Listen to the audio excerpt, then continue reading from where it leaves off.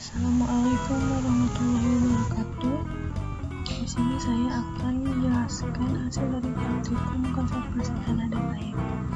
Sebelumnya, izinkan saya untuk memperkenalkan diri.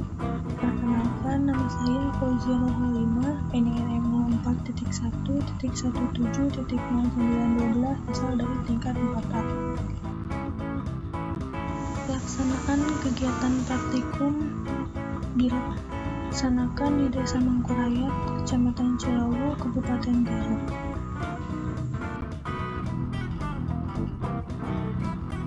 Konservasi tanah dan air.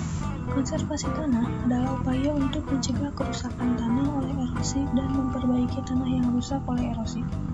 Konservasi air pada prinsipnya adalah penggunaan air yang jatuh ke tanah untuk pertanian seefisien mungkin dan pengaturan waktu aliran air dengan cara meresapkan air ke dalam tanah agar pada musim hujan tidak terjadi banjir dan pada musim kemarau air untuk kebutuhan hidup masih tersedia. Konservasi tanah dan air merupakan cara konvensional yang cukup mampu menanggulangi masalah erosi, kekurangan air, dan kahat unsur hara. Dengan menerapkan sistem konservasi tanah dan air diharapkan bisa menanggulangi erosi, menyediakan air, dan meningkatkan kandungan hara dalam tanah serta menjadikan lahan tidak kritis lagi.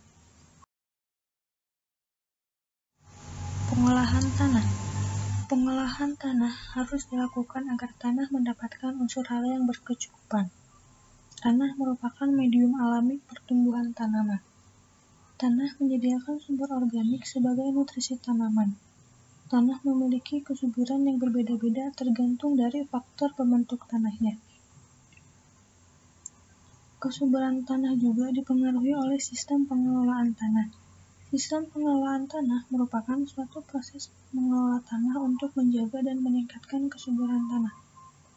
Pengolahan tanah merupakan manipulasi mekanik terhadap tanah yang diperlukan untuk menciptakan keadaan tanah yang baik bagi pertumbuhan tanaman. Tujuan pengolahan tanah adalah untuk menyiapkan tempat persemaian tempat bertanam, menciptakan daerah perakaran yang baik, membenamkan sisa-sisa tanaman, dan memberantas gulma. Tujuan utama dari pengolahan tanah adalah menciptakan kondisi tanah yang paling sesuai untuk pertumbuhan tanaman dengan usaha seminimum mungkin. Perhitungan kebutuhan biaya tenaga kerja.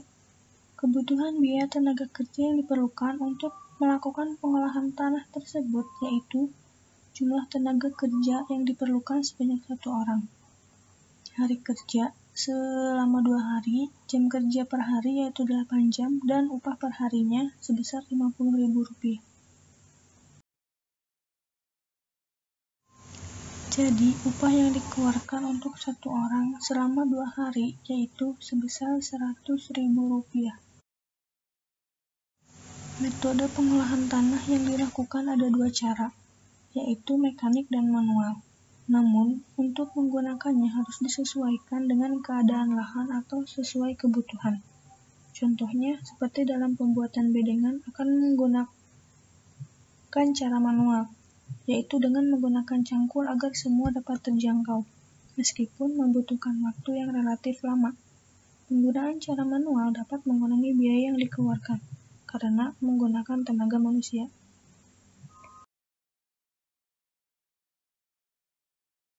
Sekian yang dapat saya sampaikan, kurang dan lebihnya mohon dimaafkan.